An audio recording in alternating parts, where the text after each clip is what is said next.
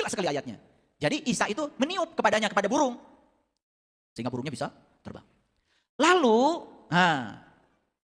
kamu menyembuhkan orang buta sejak dari lahir. Dan orang yang berpenyakit kulit dengan seizinku. Dan di waktu kamu menghidupkan orang mati dengan seizinku. Dulu kita waktu belajar agama, pernah diajarin kan? 3 mujizat Nabi Isa. Betul? 1 menyembuhkan penyakit buta. Betul-betul buta yang ini. Menyembuhkan penyakit kulit. Kurap, panu, kudis. Gitu kan? Gitu. Lalu menghidupkan orang mati. Benar-benar orang mati dihidupkan lagi tuh sama Isa. Bukan. Bahkan di Quran surat Al-Imran tidak spesifik bicara Isa kan? Ternyata semua rasul tugasnya 3 ini. Tapi Quran surat Al-Maidah ini spesifik berbicara 3 ini khusus kepada Nabi Isa. Clear? Clear? Nih, ada kata burung? Ada. Ya, berarti harus terbang? Harus. Bapak Ibu selama ini sudah terbang belum? Makanya. Coba lihat Pasar Baru Bandung dari beca. Pusing nggak?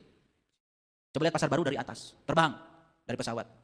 Ternyata pas seret-seret itu cuma di depannya aja. Pas seret-seret ya. Ternyata berdesak-desakan itu cuma di depannya aja. Di belakangnya mah masih lega. Masih ada gede bage, masih lega kene Bandung teh, kene sawah. Tiluhur mah. Betul? Makanya melihat dari bawah sempit, melihat dari atas luas. Kenapa kita disuruh terbang? Supaya kita bisa menyaksikan pemandangan lebih atas dari ketinggian. Makanya lihat, orang yang sempit ilmunya gampang menyalahkan. Tapi orang yang sudah terbang di ketinggian, banyak ilmunya, dia punya sudut pandang yang lebih luas lagi. Dia tidak berani menghukumi orang lain. Paham sampai sini? Nih, yang suka usil pada orang lain, itu karena belum terbang. Kasihan dia, merangkak terus. Ya, makanya yang suka terbang, yang suka merangkak itu dalam bahasa biologi namanya hiled. Paham ya? Makanya ulat itu harus melakukan transformasi. Maka dia masuk dulu puasa, jadi kepompong. Setelah itu keluar, jadi kupu-kupu yang indah. Terbang. Dia mengalami transformasi. Dulu jadi ulat, makanannya yang kotor-kotor. Jalannya merangkak, namanya ulat. Dan setelah dia terbang, namanya ganti, jadi kupu-kupu. Bahkan setelah terbang, ada lagunya, kupu-kupu yang lucu. Dan sampai sekarang saya tidak menemukan lagu ulat-ulat yang lucu. Sampai sini ngerti? Ya. Jadi apa pesan yang mau sampaikan pada Bapak Ibu? Perhatikan saya. Jadi 2 ayat ini Quran surat Al-Imran bicara tentang burung.